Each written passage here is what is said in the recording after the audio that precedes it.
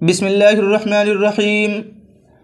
मुहतरम और मुअज़्ज़ज़ सामिईन किराम, इस किताब में ये बात बड़ी तफसील से बताई गई है कि मौलाना साद साहब कांदलवी शूरा को तस्लीम क्यों नहीं करते हैं।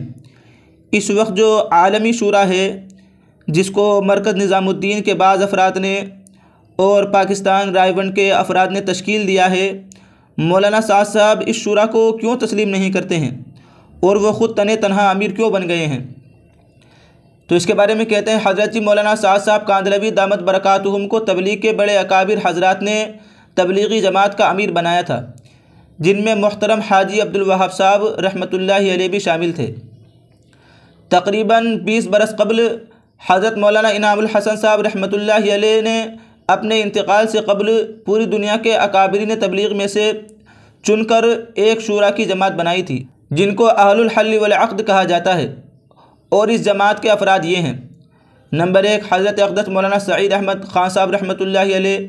नंबर 2 हज़रत अक़दस मौलाना मुफ्ती ज़ैनुल आबिदीन साहब रहमतुल्लाहि अलैह। नंबर 3 हज़रत अक़दस मौलाना उमर साहब पालनपुरी रहमतुल्लाहि अलैह। नंबर 4 हज़रत अक़दस मौलाना इज़हारुल हसन साहब रहमतुल्लाहि अलैह। और 5वें हज़रत अक़दस मौलाना ज़ुबैरुल हसन साहब रहमतुल्लाहि अलैह। छठे हज़रत अक़दस मौलाना मियाजी मेहराब साहब रहमतुल्लाहि अलैह। 7वें हज़रत अक़दस हाजी अब्दुल वहाब साहब दामत बरकातुहू, जो अब रहमतुल्लाहि अलैह हो चुके हैं। और 8वें हज़रत अक़दस भाई अफजल साहब रहमतुल्लाहि अलैह। और 9वें हज़रत अक़दस मौलाना साद साहब दामत बरकातुहू। और 10वें हज़रत अक़दस हाजी इंजीनियर अब्दुल मुक़ीद साहब बांग्लादेश रहमतुल्लाहि अलैह। और इस जमात के अमीर व फैसल मियाजी मेहराब साहब थे। और हज़रत जी मौलाना इनामुल हसन साहब ने हज़रत उमर इब्न ख़त्ताब रज़ी अल्लाह तआला अन्हु की इत्तिबा में ये जमात बनाई थी, ताकि ये जमात हज़रत के इंतकाल के बाद तबलीगी जमात के लिए अमीर तय कर ले।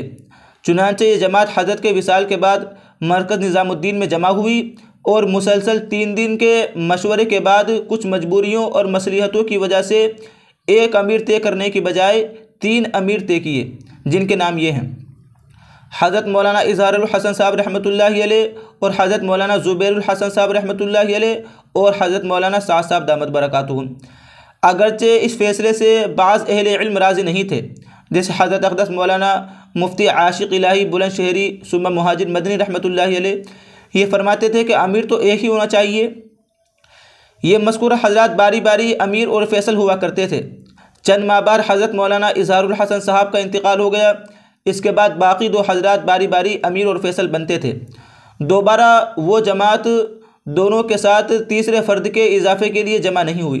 जो जमात जो है हज़रत मौलाना इनामुल हसन साहब रहमतुल्लाहि अलैह ने तश्कील दी थी, उन्होंने एक ही मरतबा मशवरा किया था और 3 अफराद को जो है अमीर बनाया था और वो बारी बारी बनते थे। उनमें से जब हज़रत मौलाना इज़हारुल हसन साहब का इंतकाल हो गया तो फिर 2 हज़रात बचे और ये 2 हज़रात बारी बारी अमीर बनते थे। फिर आगे कहते हैं कि दोबारा वो जमात दोनों के साथ तीसरे फ़र्द के इजाफ़े के लिए कभी जमा नहीं हुई और मरकज़ निज़ामुद्दीन में एक की गैर मौजूदगी में दूसरा ही अमीर और फैसल हुआ करता था और आलमी मशवरों में यही 2 हज़रात फैसल बनते रहे हैं। हज़रत अक़दस मौलाना ज़ुबैरुल हसन साहब रहमतुल्लाहि अलैह के इंतकाल के बाद हज़रत अक़दस मौलाना साद साहब दामत बरकातुहू मरकज़ निज़ामुद्दीन की मशवरा की जमात के अमीर और फैसल हैं। अल्लाह ताला उनके इल्म और उम्र में बरकत अता फ़रमाए।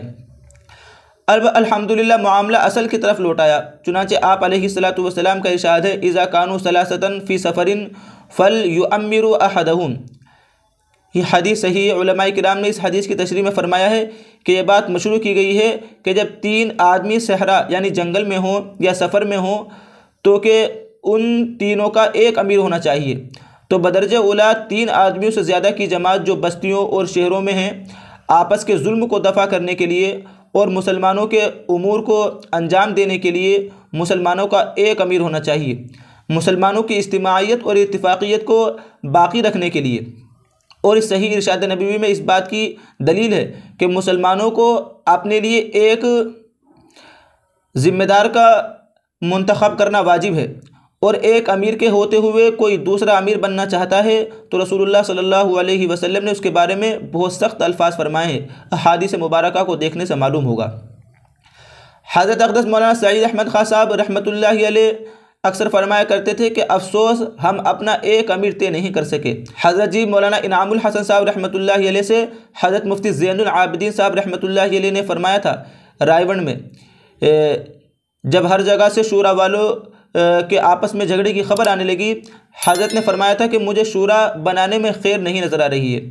जिन्होंने ये बात सुनी है वो इस बात पर गवाह हैं और वह ज़िंदा और बाहयात हैं।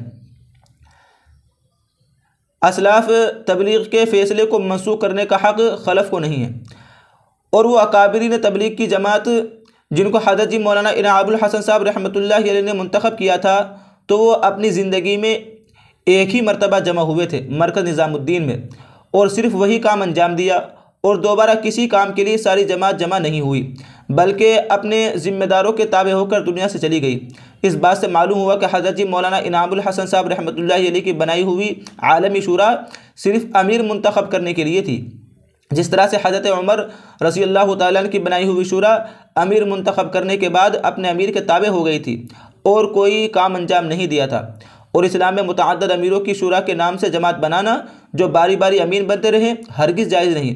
न रसूलुल्लाह सल्लल्लाहु अलैहि वसल्लम ने जमातों की रहबरी के लिए इस तरह की जमात बनाई, न खुलाफाए राशिदीन और दीगर सहाबा किराम ने, और न अइम्मा अरबा ने अपने मज़ाहिब में इसको जायज़ करार दिया है।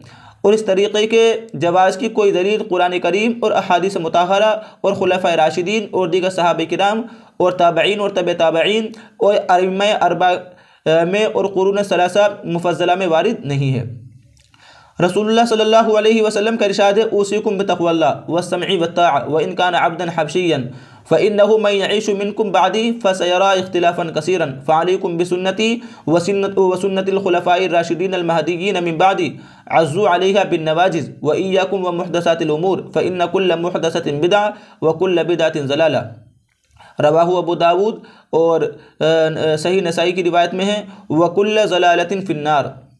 यानी मैं तुमको वसीयत करता हूँ अल्लाह ताला के डर की और अमीर की बात सुनने और मानने की, चाहे वो अमीर तुम्हारा हबशी ग़ुलाम ही क्यों ना हो।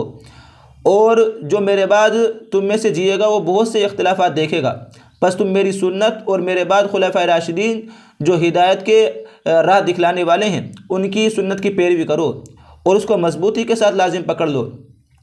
और ख़बरदार बचो दीन में नए काम और नई बातों से, बस बेशक हर नई बात और हर नए काम बिदात है और हर बिदात गुमराही है। और दूसरी रिवायत में है और हर गुमराही जहन्नम में ले जाएगी।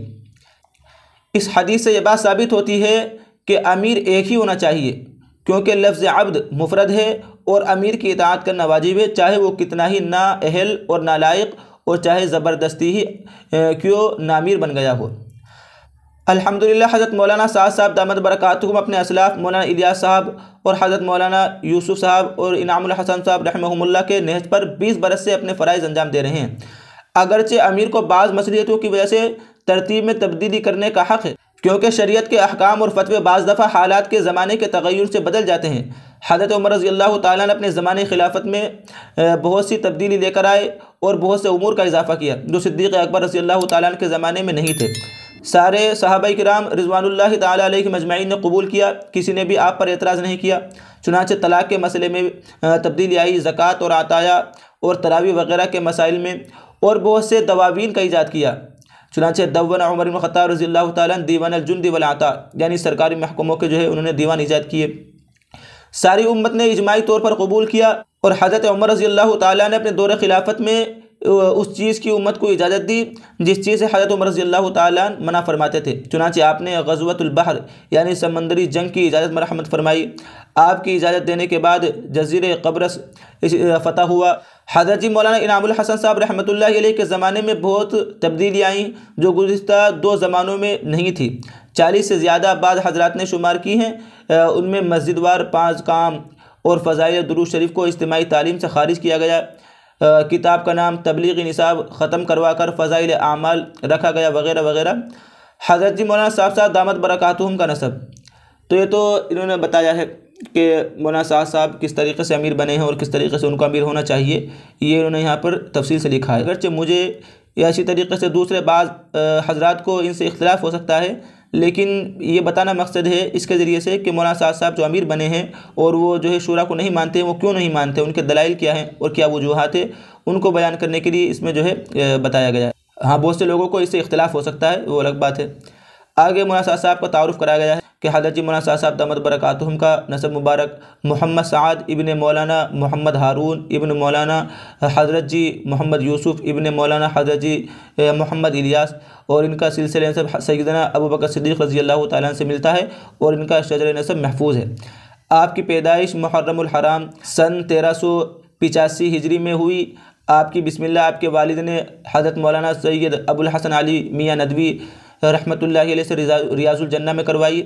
आपकी तरबियत और सरपरस्ती आपके वालिद के बाद आपके नाना हज़रत मौलाना इजहारुल हसन साहब रहमतुल्लाह ने फरमाई, और ख़ानदान कांदला के सरपरस्त शेखुल हदीस मौलाना ज़करिया साहब कांदलवी रहमतुल्लाह अलैह, और इस वक्त के दावत तबलीग के अमीर हज़रत जी मौलाना इनामुल हसन साहब, और इन बुज़ुर्गों की मुबारक ख़वातीन जो बहुत ही मुबारक घराना है। इसमें मरकज़ निज़ामुद्दीन के नूरानी माहौल में परवरिश हुई। आप सन 1985 में मदरसा काशिफुल उलूम निज़ामुद्दीन दिल्ली से फ़जीलत हासिल की। आप वहीं पर ताहाल इल्मी व दीनी खिदमत में मसरूफ़ हैं। आप एक जय्यद आलिम और जय्यद मुहद्दिस हैं। सुनन अबू दाऊद शरीफ भी पढ़ाते हैं।